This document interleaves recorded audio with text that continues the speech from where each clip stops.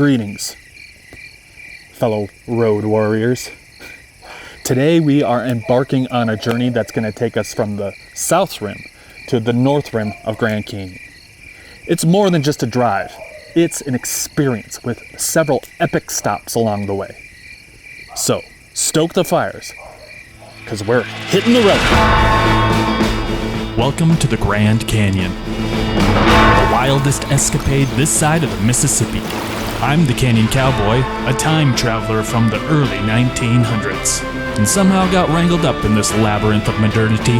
But fret not, for me and my trusty steed Jackpot are fixing to orchestrate an experience of a lifetime for you. So cinch up those saddles and get ready for a wild ride.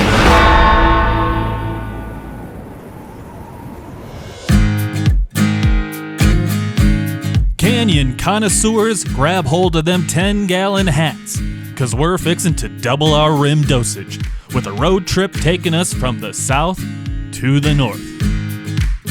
Now, ponder this. Even though these rims might look like they've been sharing moonshine since they're a mere 10 miles apart as the crow flies, for us bipeds, it's a different jig.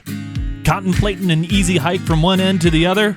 Reckon again, cause a burly 22-mile trek awaits with the added thrill of climbing and descending over 10,000 feet in elevation change, often with temperatures sizzling in the triple digits.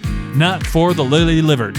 Mastery and preparation and months of training advised, or you're flirting with the Reaper. Nix that idea. Today we're speed demons on our horseless chariots.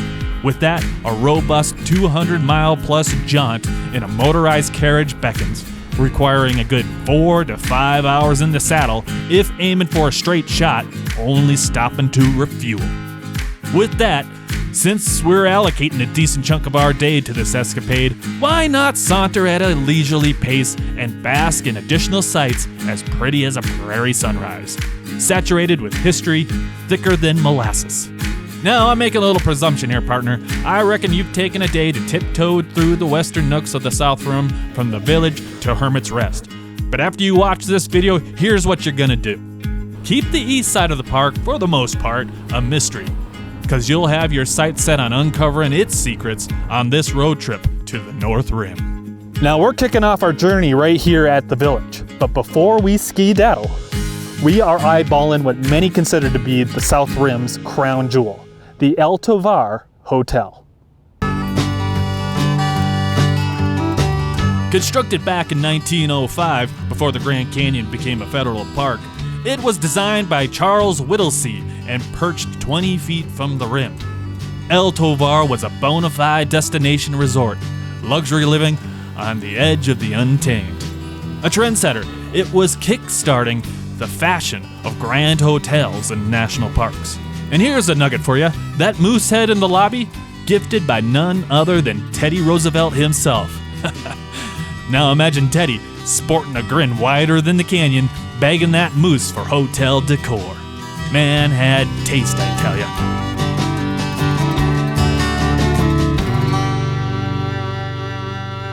Now, before we hit the trail, allow me to introduce my trusty steed, Jackpot. Whoa, steady now. We'll settle up in just a sec. As I was saying, we'd be much obliged if you give this video a hearty thumbs up and subscribe for more adventures. And if you're bound for these here parts, peruse GrandCanyonPosse.com for all of your travel needs. We got transportation, guided excursions, itineraries, accommodations, and the best grub around these parts. Join the posse and let's make indelible memories. Now where was I? Right. Let's giddy up. Woo!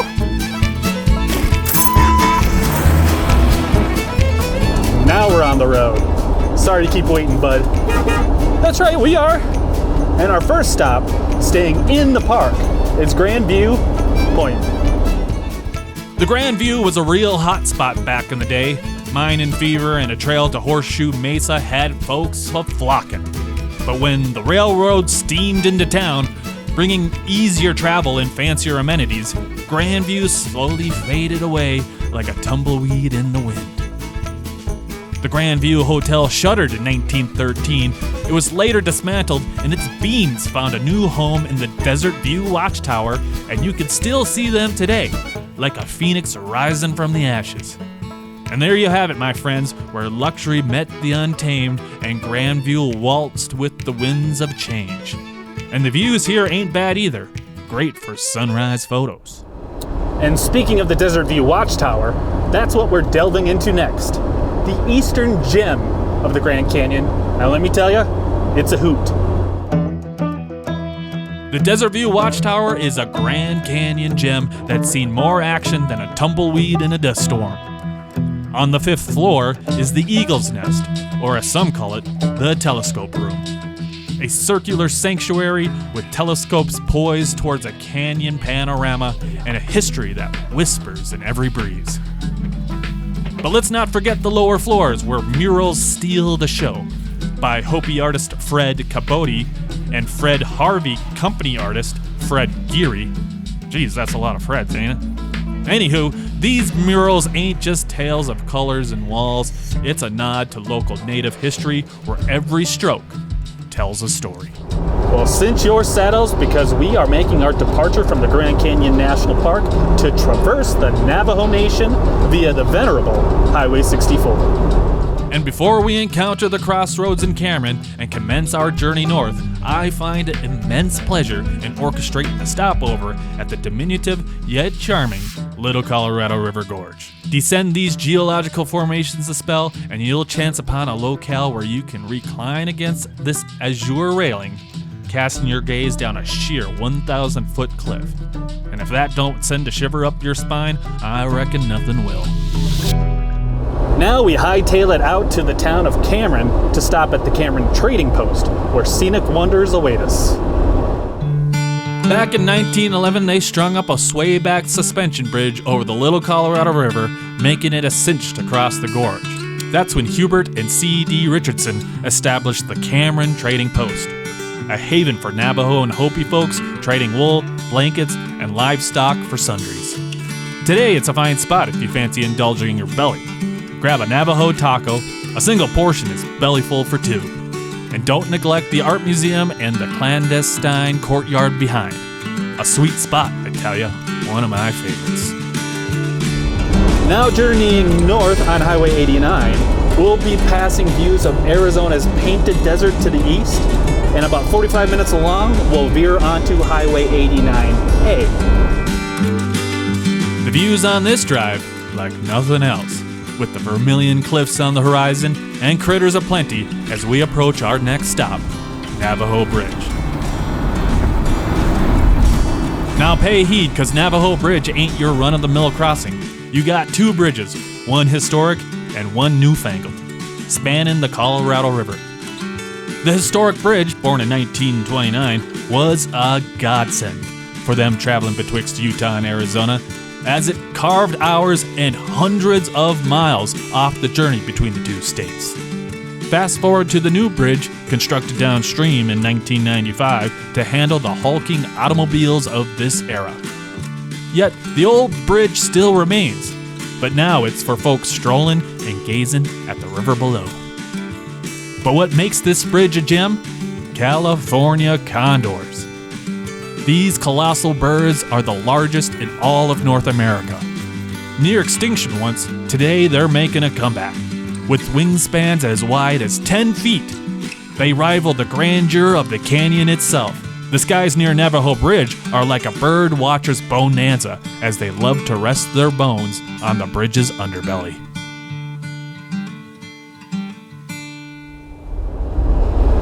Alrighty, now instead of continuing to trek along Highway 89A all the way to the North Rim, we're going to take an immediate right upon exiting Navajo Bridge's parking lot onto Lee's Ferry Road to behold, you guessed it, Lee's Ferry. Lee's Ferry is the sole spot where folks can traverse in motorized carriages right up to the Colorado River within 700 miles of canyon sprawl. This locale performed an instrumental role in the exploration and habitation of northern Arizona. For countless years, the ferry enterprise was overseen by its namesake, the infamous Mormon figure, John D. Lee. This individual met his untimely fate through execution for his involvement in the heinous mass slaying of 120 immigrants on a wagon train in Utah, a somber event recognized as the Mountain Meadows Massacre. Presently, Lee's Ferry stands as the birthplace of the Colorado River's journey through the Grand Canyon, where audacious river runners inaugurate their aquatic odyssey. Downstream from the boat launch lies a sandy haven, perfect for dipping your toes in the cool waters and bidding adieu to intrepid river adventurers at the dawn of their Grand Canyon rafting adventure. As we head out and mosey back towards 89A, a congregation of balancing rocks extends an invitation for a swift photographic interlude. Well, saddle up, trailblazers, because as we mosey along the Vermillion Cliffs to the north, we're gonna stumble upon a real hootenanny, cliff dwellers. Upon arrival, it's plain as day how cliff dwellers got its name. Picture this. During the Great Depression, Blanche Russell and her hombre, Bill, embarked on a journey to the southwest. Bill, gripped by the clutches of tuberculosis, yearned for the healing touch of the arid desert air. In the year 1927, they declared, "This here's our spot," and commenced erecting their humble abode. Remarkably, the original structures, like guardians of time, still stand tall to this very day. Now that's a tale that echoes through the canyons like a cowboy's yodel under the starlit desert sky. Now as we meander forward, we'll be traversing alongside the Vermillion Cliffs National Monument for a spell. This vast, untamed, 280,000-acre monument is a geological goldmine.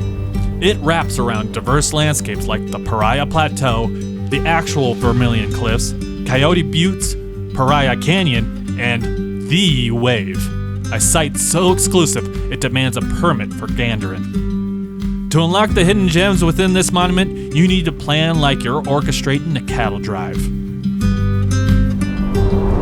Now on this grand escapade, we'll be embarking on a huge upward climb. Ready for this, Jackpot? Okay, let's giddy up.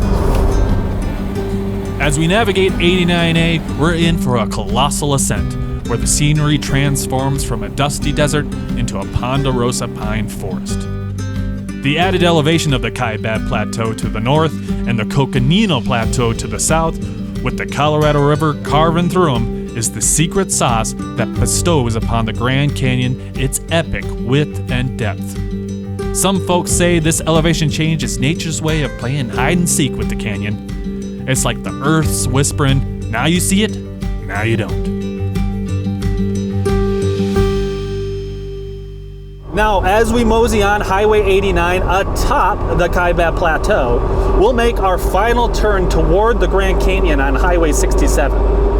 Now, at that junction, you gotta holler at the Jacob Lake Inn.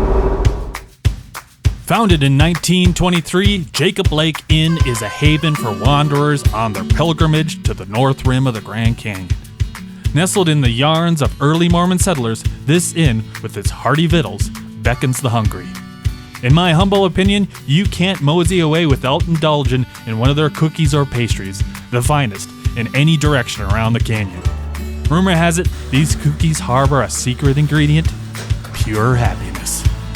Continuing south on 67, the pine forest gives way to fields of aspen that have sprouted in recent years after a good old forest fire. If you're traveling in the fall, witness the transformation from green to gold, creating a blanket of radiant hues fit for a king. Before you know it, you'll be waltzing into the park. Now, as soon as you enter the park, you've got to keep your peepers peeled for bison. The present-day Kaibab Plateau bison herd is a wildlife spectacle. Originally spawned from an experiment by Charles Jesse Jones, also known as Buffalo Jones, in 1906.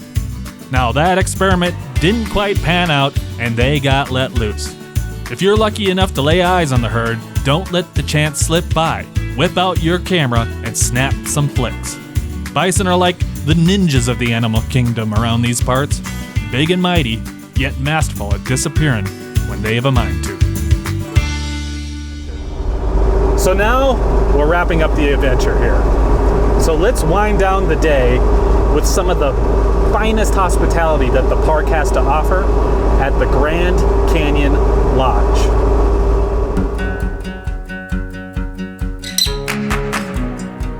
The Grand Canyon Lodge on the North Rim is often the first thing visitors lay eyes on, even before they catch a glimpse of the canyon itself. The highway winds up at the lodge, its rustic charm and colossal limestone facade blending in with its lofty 8,000-foot perch. You know, the first time I laid eyes on the Grand Canyon from the lodge, I thought it was so grand, it must be the VIP section of nature. Turns out Mother Nature don't do VIP sections, but if she did, I reckon the Grand Canyon Lodge would be front and center.